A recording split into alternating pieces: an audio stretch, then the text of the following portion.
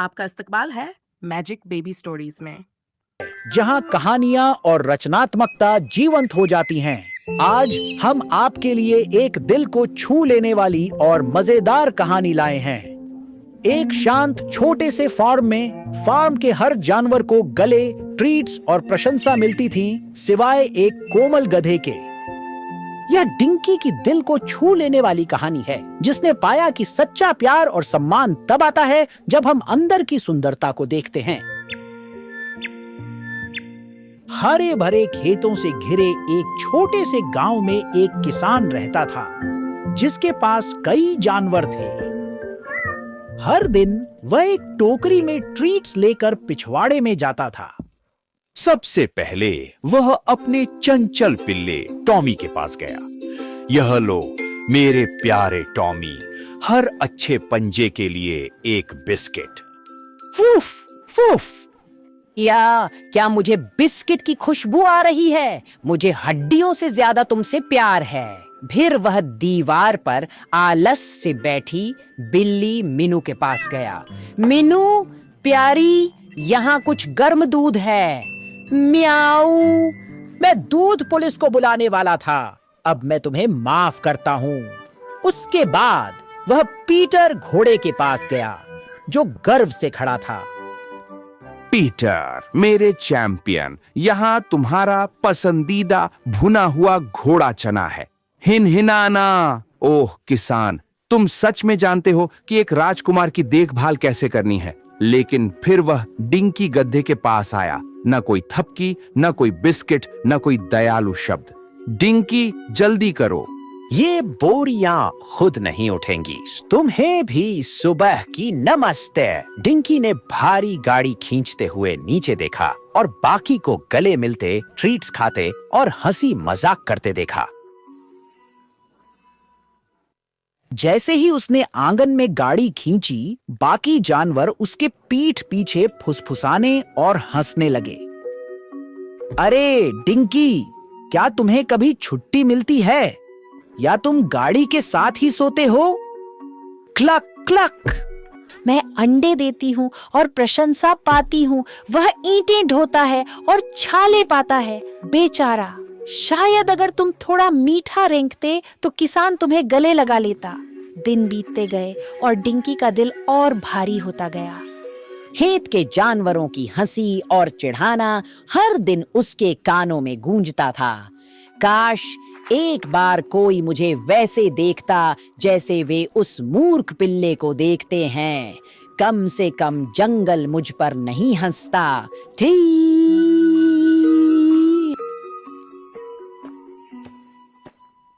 तो एक सुबह जल्दी, जब किसान अब भी जागा नहीं था, डिंकी चुपचाप खेत छोड़कर पास के घने जंगल की ओर चल पड़ा।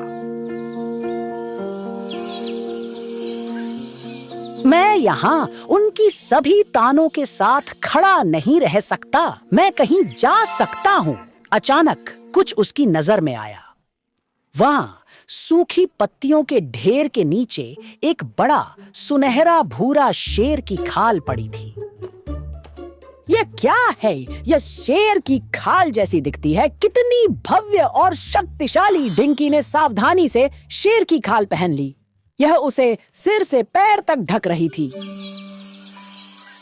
वह नीचे देखता है और खुद को एक छोटे से पानी के गड्ढे में देखता है। वाह, मैं बिल्कुल असली शेर जैसा दिखता हूँ। जल्दी ही खबर फैल गई। क्योंकि अब तुम सुरक्षित हो, बस यही मायने रखता है। तुमने मुझे डूबते हुए देखा और तुमने एक पल भी नहीं सोचा। तुम सीधे खतरे में उड़ गए। तुमने मेरे लिए अपने पंखों को जोखिम में डाल दिया। मैं बस देख नहीं सकता था। तुम मेरी सबसे अच्छी दोस्त हो जूजू, और मैं क्या करता? लेकिन मैं बहुत छोटा हूँ।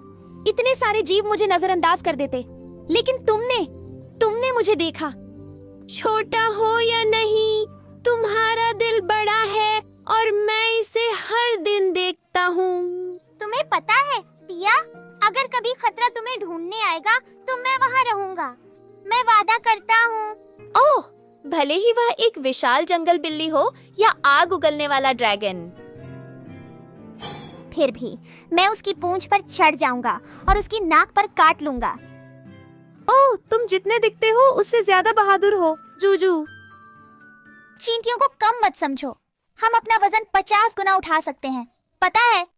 और आज तुमने मेरा हौसला बढ़ाया। एक दिन जूजू नदी के किनारे झाड़ियों के पास टहल रही थी। अनाज इकट्ठा करने के काम खत्म करने के बाद खुशी से गुनगुना रही थी। ला ला ला, क्या शानदार दिन है। मैं जल्द ही पिया से मिलने जाऊंगा और उसे पुराने लकड़ी के तने के नीचे मिले बड़े टुकड़े के बारे में बताऊंगा। लेकिन उसकी खुशी अचानक रुक गई। कुछ हिला, बहुत शांत, बहुत छुपा हुआ। जूजू की तेज नजरें एक झुकी हुई आकृति को देख पाईं। रुको, वो क्या है? ओ नहीं, एक शिकारी। आदमी ने एक गुलेल पकड़ी हुई थी। उसकी नजरें आम के पेड़ की एक नीची शाखा पर टिकी हुई थी। ओह नहीं, मेरी प्यारी पिया। वह वहां थी। उसकी पंख धूप में चमक रहे थे। धीरे धीरे एक गीत गा रही थी। उसे पता नहीं था, उसने नहीं देखा। शांत रहो छोटे पक्षी, तुम मेरे हो। नहीं नहीं नहीं, मैं इसे होने नहीं दे सकता। मैं नहीं होने दूंगा। उसके दिल में गूंजते वादे के साथ जूजू शिकारी की झाड़ी की ओर दौड़ी। उसके पैर कांप रहे थे, लेकिन उसका दिल साहस से जल रहा था। ये मेरे दोस्त के लिए है, पिया के लिए।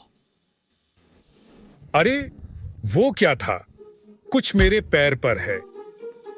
उसका हाथ कांपा। गुलेल निशाने से चूक गई।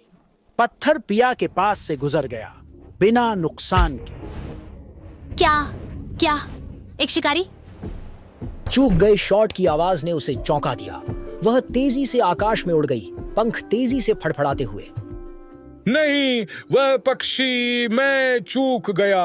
वह छोटा उपद्रवी, वह कहाँ गया? शिकारी ने छोटी चींटी को खोजा। उसकी आंखें गुस्से से जल रही थीं, लेकिन उसे जूजू नहीं मिला। निराश और पराजित, शिकारी गुस्से में भारी कदमों से चला गया। किसने किसने मुझे बचाया? क्या हुआ?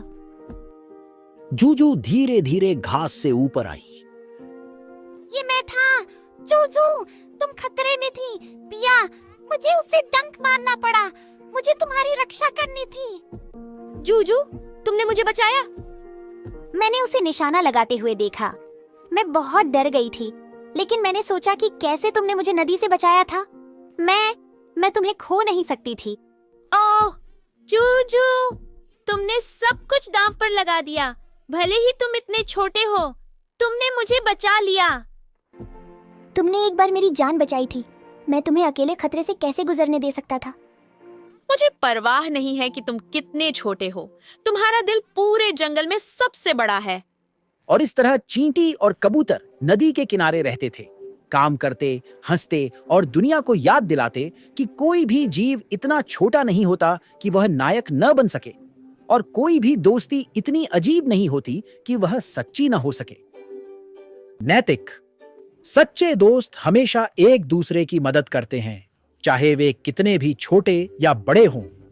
अगर आपको कहानी पसंद आई तो हमें एक बड़ा अंगूठा दें, इसे अपने दोस्तों के साथ साझा करें और अधिक जादुई कहानियों के लिए सब्सक्राइब बटन दबाना न भूलें। अगली बार मिलते हैं